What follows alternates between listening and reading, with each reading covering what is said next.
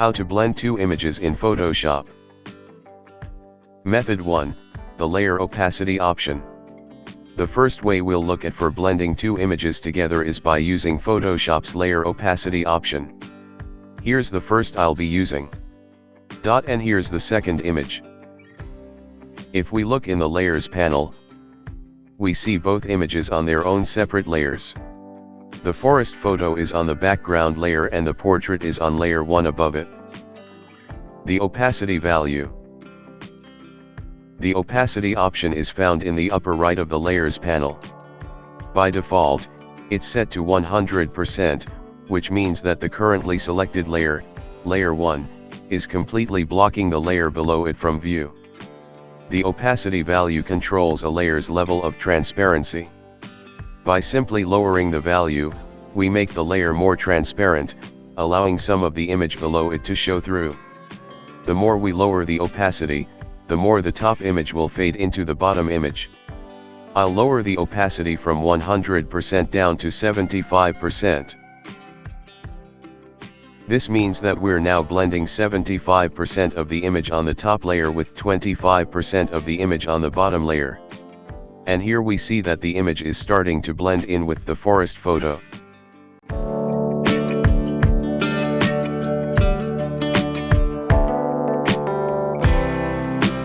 Method 2, using a layer mask.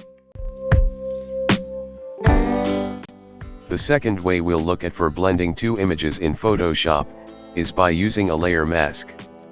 Unlike the layer opacity option or the blend modes which blend entire images as a whole, layer masks let us control exactly where the two images blend together.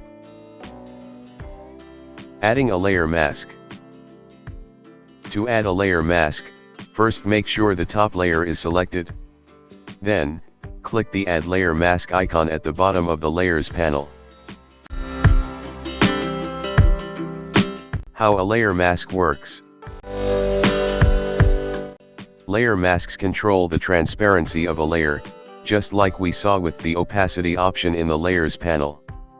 But while the opacity option affects the transparency of the entire layer as a whole, a layer mask lets us add different levels of transparency to different parts of the layer. In other words, we can use a layer mask to show some areas while hiding others, making layer masks perfect for blending images. They work by using black and white. Any part of the layer where the layer mask is filled with white remains visible.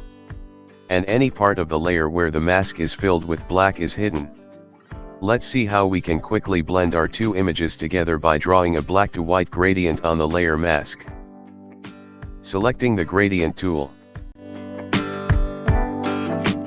Choosing the black, white gradient.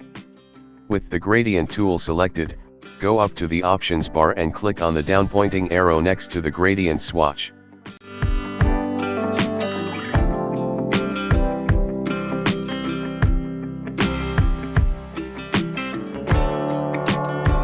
Blending the two images together.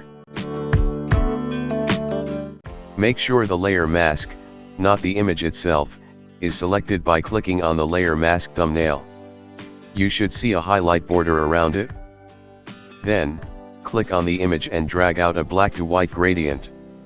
I want the right side to be hidden, which means the right side of the mask needs to be black. Since the gradient will start with black and end with white, I'll click on the right side of the image and drag horizontally over to the left. Press and hold your Shift key as you drag to move straight across. Viewing the layer mask.